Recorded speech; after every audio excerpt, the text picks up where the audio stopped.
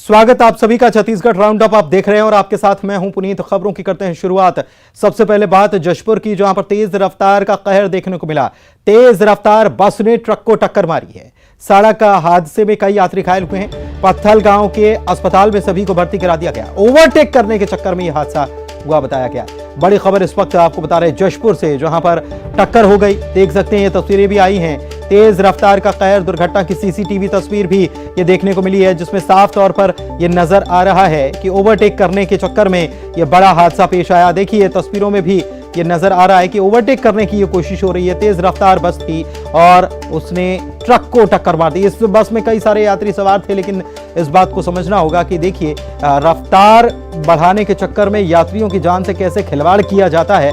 और ये यहाँ पर भी यही देखने को मिला है, जिसमें तेज रफ्तार थी बस की काफी और इसमें यात्री सवार थे, लेकिन उसके बावजूद यात्रियों की जान की परवाह किए बगैर रफ्तार भरने की ज्यादा जल्दबाजी ड्राइवर को थी और इसकी वजह से ट्रक को एक टक्कर लगी है और इसमें कई यात्री घायल हुए हैं। बस की क्या हालत हो गई है, ये तस्वीर बताने के लिए काफी है कि कितनी तेज रफ्तार रही होगी और कितना ये भीषण हादसा हुआ होगा। कई सारे यात्री इसमें घायल हुए हैं। इस दुर्घटना की वजह से पत्थल गांव ले जाया गया, जहां पर अस्पताल में इन सभी को भर्ती करा दिया गया है। और जो जानकारी सामने आई और जो तस्वीरें दिख रही हैं सीसीटीवी में, वो साफ ये बता रही हैं कि ओवरटेक करने के चक्कर में ये बड़ा हादसा पेश आया।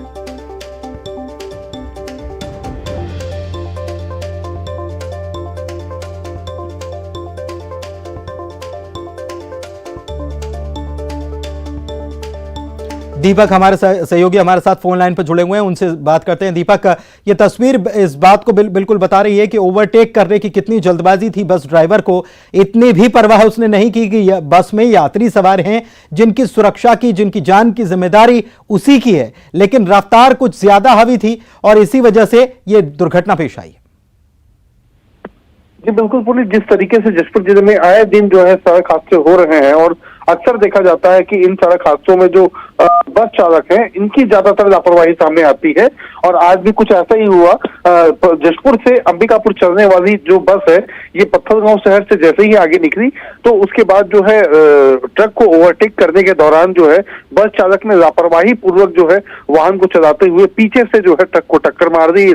इस हादसे में जो है लगभग 5 से 6 लोग गंभीर रूप से घायल हुए हैं, जिनको पत्थलगांव अस्पताल में दाखिल किया गया है। और जैसा तस्वीरों में दिख रहा है कि जो ट्रक की जो रफ्तार है वो काफी धीमी थी और वहीं बस चालक जो है तेज और लापरवाही पूर्वक वाहन को चलाते हुए बस ट्रक को पीछे से टक्कर मार दिया। तो कहीं ना कहीं अब जो परिवहन विभाग है उसको नींद से जागना चाहिए और इस तरीके से जो लापरवाही पूर्वक बस चलाने वाले जो चालक है या भारी वाहन चलाने वाला चालक है उन पर लगाम लगाने की जरूरत है, नहीं तो आए दिन इस तरीके के हादसे सामने आते रहेंगे। चालक के खिलाफ कुछ मामला दर्ज हुआ, कहाँ है वो? पुनीत, मैं आपको बताऊं कि अमूमन इस तरह की घटनाएं जब भी होती हैं तो चालक परिचालक समेत बस का पूरा अमला जो है वो मौके से फरार हो जाता है। और यहाँ भी कुछ ऐसा ही हुआ कि इस घटना के बाद जो है बस का पूरा स्टाफ मौके से वहां से भाग खड़ा हुआ। पुलिस जो है जो बस चालक है उसकी तलाश कर रही है और पुलिस को चाहिए कि इस तरीके से जो लापरवाही पूर्वक जो वाहन चलाने वाले चालक हैं उनके खिलाफ सख्ती से कार्रवाई की जाए, एक मिसाल कायम हो, ताकि भविष्य में कोई भी ये जो चक्कर है दीपक, क्या ये सवारी को जल्दी बिठाने के चक्कर में है? क्योंकि ये बातें ये भी सामने आती है कि परमिट इतनी जल्दी दे दिया जाता है कि ड्राइवर्स गाड़ियों को भगाते हैं ताकि उनकी सवारी छूट ना जाए, पीछे वाला ओवरटेक न कर ले, पीछे जो गाड़ी आ रही है। कौन से ट्रेवल्स की बस है ये इसके बारे में भी कुछ पता चल पाया क्या?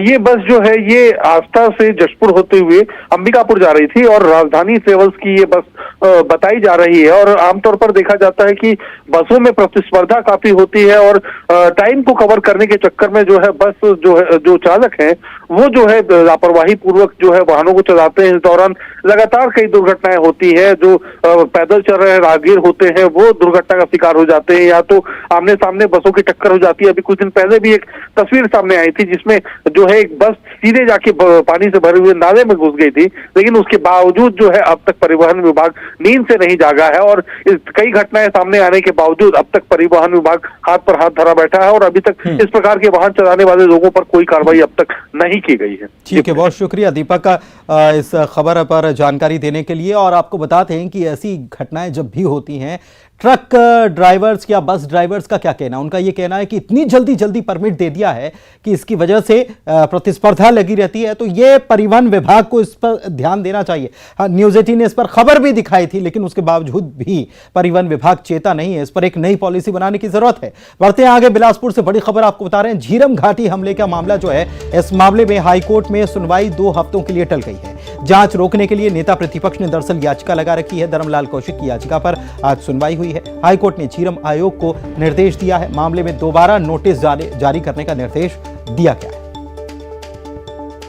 विनोद हमारे संवाददाता बिलासपुर से जुड़े हुए। विनोद, क्या जानकारी इस पूरे मामले को लेकर? देखिए, पहले ही इस मामले पर जो है सुनवाई को रोकने के लिए नेता प्रतिपक्ष के द्वारा एक अर्जी लगाई गई थी और उस पर आज सुनवाई की तारीख जो है वो मुकर्रर की गई थी। लेकिन ऐसा बताया जा रहा है, जो कोर्ट को जानकारी दी गई कि उसमें नोटिस जो है वो शामिल ही नहीं हुआ आयोग को, और यही वजह है कि आयोग ने अपना जवाब कोर्ट में पेश नहीं किया है। और इसी वजह से सुनवाई को आगे के लिए यानी 2 हफ्ते के लिए टाला है कोर्ट ने। और 2 हफ्ते के बाद जो दूसरा नोटिस भेजा जाएगा, उसके बाद आयोग क्या कुछ अपना पक्ष रखता है, उसके बाद सुनवाई आगे बढ़ेगी। तो कुल मिलाकर जिस तरह से आज इंतजार था इस पूरे मामले पर कि सुनवाई में कुछ फैसला हो सकता है, कोर्ट जो है इसे संज्ञान में लेकर के कोई बात रख सकता है, तो वो एक बार फिर से टली है और 2 हफ्ते का समय दिया है। क्योंकि आयोग ने कहा है कि उन्होंने नोटिस उन्हें मिला नहीं है, इसलिए कोर्ट ने दोबारा कहा है कि नोटिस को फिर से भेजा जाए और जब नोटिस शामिल हो जाए उसके बाद 2 हफ्ते के बाद जब सुनवाई होगी तो फिर आगे की कार्रवाई। तो ये इस दौरान ये आयोग जो है वो अपना काम करता रहेगा? शुरू में ही जब अर्जी लगाई थी धर्मलाल कौशिक के द्वारा, तभी जो है सारी सुनवाई को रोक दिया गया था और अभी भी वो फैसला जो है कोर्ट का बरकरार है। किसी तरह की कोई उसमें जांच आगे नहीं होगी। जहां पर जिस स्थिति में था उसी हालत में अभी आयोग यथास्थिति बरकरार रहेगी। चलिए, बहुत शुक्रिया विनोद आपका इस जानकारी के लिए। राजनांदगांव से बड़ी खबर बता रहे हैं, जहां पर 1 करोड़ 40 लाख रुपए जब्त किए गए। शहर के 3 व्यापारियों से इतनी बड़ी ये रकम जब्त की गई है। व्यापारियों में पूर्व सांसद प्रदीप गांधी का भाई भी शामिल है। 5 मोबाइल और 1 कार भी इनके पास से मिली है। महाराष्ट्र की देवरी पुलिस ने चेकिंग के दौरान ये पैसा और कार बरामद की है। व्यापारी जो हैं उनके नाम आपको बता देते हैं। कमल गांधी, विनोद जैन और नेमचंद बघेल इनके नाम है। 5 मोबाइल, 1 कार और 1 करोड़ 40 लाख रुपए की रकम इन लोगों के पास से मिली है।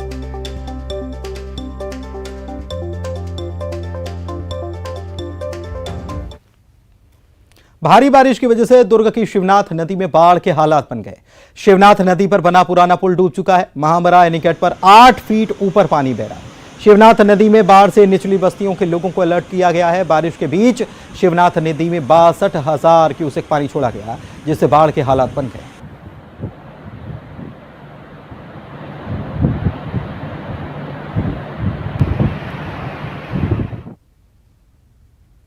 उधर छत्तीसगढ़ में लगातार बारिश की वजह से बस्तर संभाग में बाढ़ के हालात बने हुए हैं और इसके चलते प्रदेश के ज्यादातर बांध जलाशयों में तेजी से जल भराव हुआ है।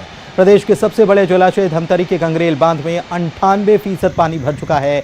मुंगेली का मनियारी बांध और कोंडागांव का कोसार तेड़ा बांध भी लबालब है। बांध में पानी भरने से वहां का नजारा मोहक हो गया, जिसको देखने के लिए लोग बड़ी संख्या में पहुंच रहे हैं।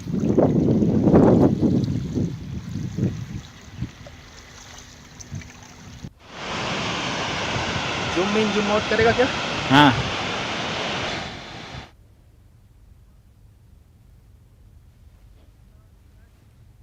बस्तर में भारी बारिश से चित्रकूट वाटरफॉल लबालब हो गया है और वाटरफॉल पर प्रकृति का अद्भुत नजारा भी देखने को मिल रहा है। वाटरफॉल के लबालब होने पर सड़क पर पानी तक आ चुका है। चित्रकूट का रास्ता बंद हो गया है। देउर गांव और पोटानार के पास पुल के 5 फीट ऊपर से पानी बह रहा है। चित्रकूट वाटरफॉल तक लोगों को जाने से रोकने के लिए पुलिस की तैनाती भी कर दी गई है। और ये देखिए नज़ारा जो है वाटरफॉल का नहीं, अभी तो ये यहाँ पर बाढ़ से हालात बन गए। देख सकते हैं आप कैसा पानी का बहाव कितना ज़्यादा वेग इतना ज़्यादा तेज़ है। और ये धुआं जो उठा, धुआं नहीं दरअसल ये पानी का बहाव तेज़ होने की वजह से पानी की बूंदें जो हैं वो ऐसा लग रहा है कि दूधिया हो गया पूरा माहौल। राजधानी रायपुर में लगातार हो रही बारिश से सड़कें तालाब में तब्दील हो गई हैं। कई जगहों पर जल भराव की स्थिति है। विधानसभा मार्ग पर भी हालात आप देख सकते हैं, पानी भरा हुआ है। जल जमाव से लोगों को परेशानी हो रही है। रायपुर में कल से बारिश हो रही है और लगातार बारिश के बाद क्या हाल है ये हम आपको न्यूज 18 में दिखा रहे हैं। आनंद फानन में जो पुल है वो तोड़े जा रहे हैं और आप देखिए कि नालियां जाम हैं और सड़कों पर पानी भर आया है। स्थिति देखिए राजधानी रायपुर की कि किस तरह से यहाँ पर बारिश के बाद का आलम है। और क्योंकि बारिश जो है वो लगातार हो रही है, रुक रुक कर हो रही है, उसके बाद सड़कों में पानी भर गया है। कई सारे जो पुल पुलियां हैं वहां पर पानी भरा हुआ है। इस वक्त सड़कों की क्या स्थिति है ये भी हम आपको दिखा रहे हैं। ठीक आप देख सकते हैं कि किस तरह से सड़कों का आलम है कि पानी जो है वो काफी भर गया है। घुटनों तक पानी जो है वो एक तरह से दिखाई देता है। सामने जो नर्सरी है वो आपको डूबी हुई दिखाई दे रही होगी। तो ये स्थिति अभी फिलहाल है। और आप देखिए कि जो सड़कों पर चलने वाले जो लोग हैं, ऑटो में दिखाई दे रहे होंगे, बाइक्स में लोग दिखाई दे रहे होंगे, इनके पास अभी किस तरह की दिक्कतें आ रही है। पूरी सड़कें जो है वो भरी हुई है और खासकर जो ये इलाका है, ये यहाँ का पॉश इलाका है। ये देखिए, ये टेलर की जो दुकान है वो पूरी तरह से डूब गई है ये दुकान। और ये जो इलाका है वो सबसे पॉश इलाके में आता है जो कि विधानसभा क्षेत्र का है। और ऐसे में जब यहाँ पर ये स्थिति है तब आप क्या कहेंगे कि नगर निगम दावे बहुत सारे करता है, लेकिन उन दावों की सच्चाई तब पता चलती है जब इस तरह सड़कों पर पानी भरा हुआ दिखाई देता है और आम जनता को परेशानी से जूझना पड़ता है। कैमरा पर्सन इमरान कुरैशी के साथ देवव्रत भगत, न्यूज 18 रायपुर। राजनांदगांव जिले में 2 दिनों से बारिश हो रही है जिसकी वजह से पूरा जिला पानी पानी हो चुका है। भारी बारिश से नदियां उफान पर हैं, नदियों का पानी सड़कों पर आने लगा है। राजनांदगांव जिले की डूंगरगढ़ विकासखंड के सेंद्री बिच्छू टोला मुख्य मार्ग पर नाला उफान पर है। पुल के ऊपर से पानी बह रहा है। आसपास के कई गांवों का संपर्क टूट गया है। पिछले 2 दिनों से हो रही झमाझम बारिश ने जिले के नदी नालों को उफान में ला दिया है और जिले के सभी नदी नाले उफान मार रहे हैं। मेरे पीछे आप देख सकते हैं कि ब्लॉक मुख्यालय से जोड़ने वाली जो बिच्छी टोला और सेंद्री की सड़क है उसमें जो नाला है उसका पानी पुल के ऊपर से चल रहा है और आवाजाही अवरुद्ध हो गई है, जिसके कारण लोगों को परेशानी का सबब उठाना पड़ रहा है। लोग ब्लॉक मुख्यालय तक नहीं पहुंच पा रहे हैं। राकेश यादव, न्यूज़ 18 राजनांदगांव। सूखे की समस्या झेल रहे राजनांदगांव में आफत की बारिश हो रही है।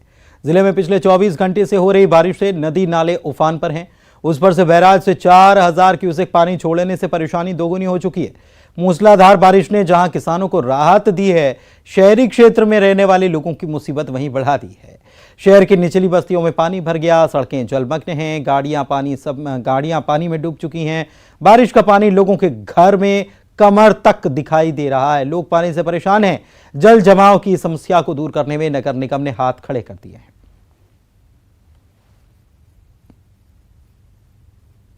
से पानी पूरा भर गया घर के अंदर और रात भर ना सोए हैं, ना खाए, ना कुछ किए हैं। और बच्चे लोग पूरे पानी में ही हैं। अभी हम बाजू वाले घर में आके बैठे हैं और अभी भी कोई गुंजाइश नहीं कि पानी निकल पाएगा कि नहीं निकल पाएगा।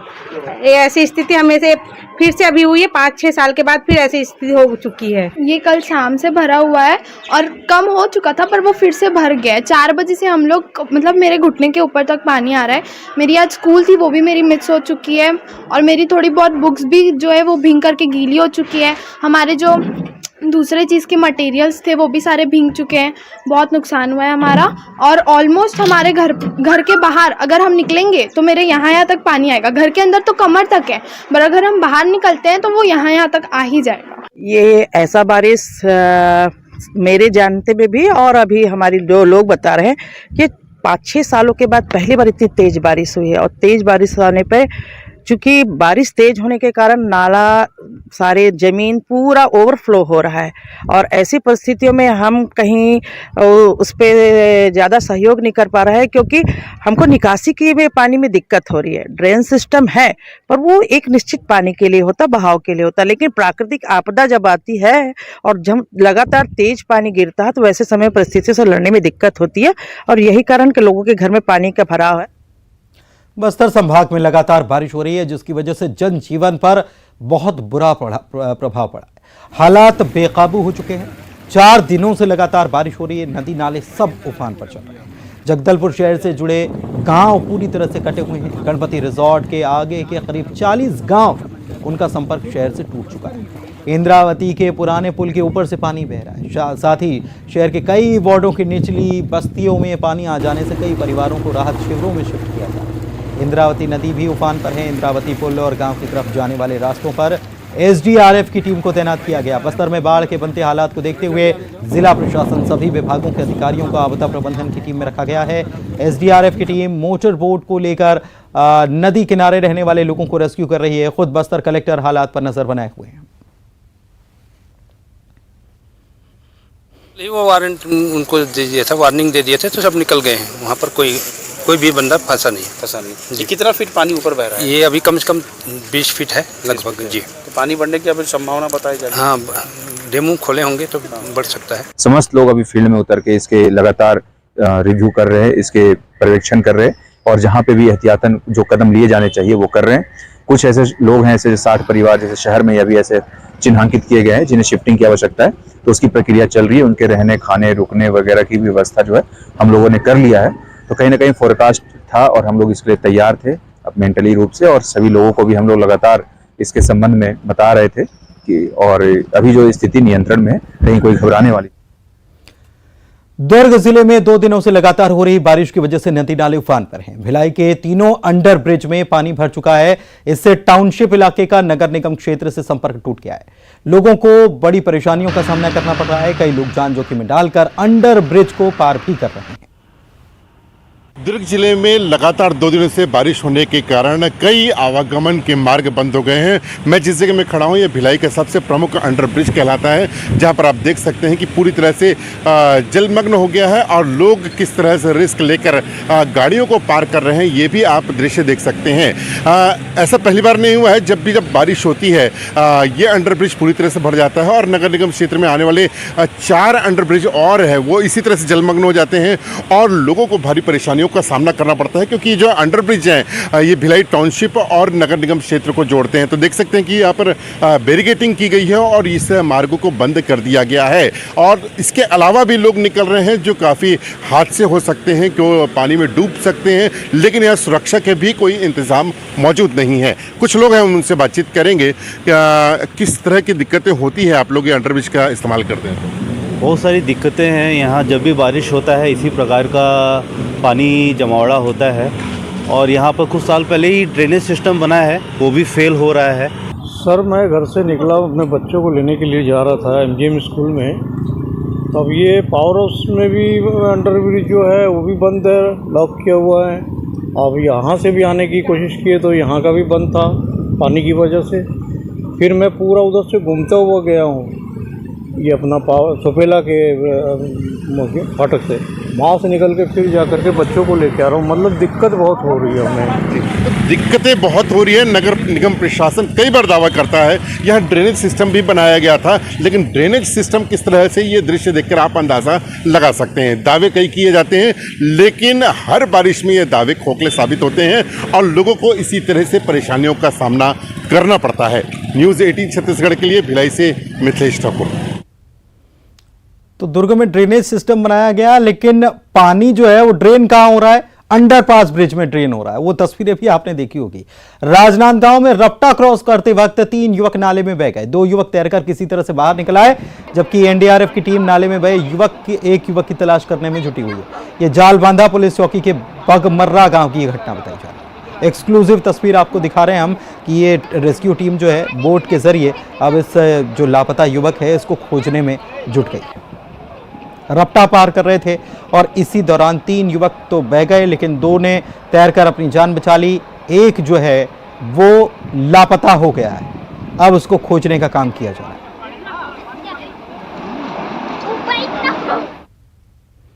कोंडागांव में पहुंच विहीन गांव होने की वजह से मेहतारी एम्बुलेंस गांव तक नहीं पहुंच पाई। इसकी वजह से गर्भवती महिला को एम्बुलेंस तक खाट पर बैठा कर लाना पड़ा। गर्भवती महिला के पति ने डायल 102 को फोन किया, गांव आने के लिए कहा।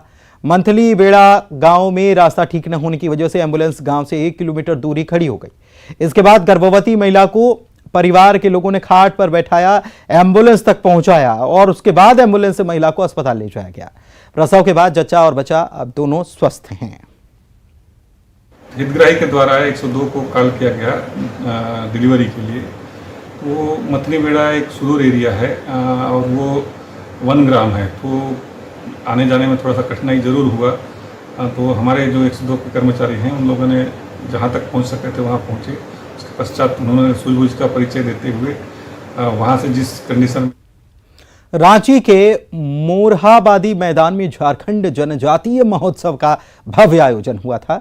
इसमें समापन समारोह आज रखा गया, जिसमें मुख्यमंत्री भूपेश बघेल शामिल हुए और हेमंत सोरेन ने सीएम भूपेश बघेल को आमंत्रित किया था। इसमें झारखंड के सीएम हेमंत सोरेन ने भूपेश बघेल को सम्मानित किया। विश्व आदिवासी दिवस के मौके पर झारखंड में 2 दिनी महोत्सव आयोजित किया गया था।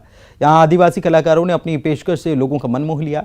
महोत्सव में मुख्यमंत्री भूपेश बघेल ने बर्मिंघम राष्ट्रमंडल खेलों में कांस्य पदक विजेता टीम की सदस्य सलीमा टेटे, निक्की प्रधान और संगीता कुमारी को सम्मानित किया। कार्यक्रम को संबोधित करते हुए सीएम भूपेश बघेल ने कहा कि हमारे अधिकार छीने जा रहे हैं, हम अपने अधिकारों की लड़ाई लड़ते रहेंगे और हमें कोई कमजोर समझने की कोशिश न करे।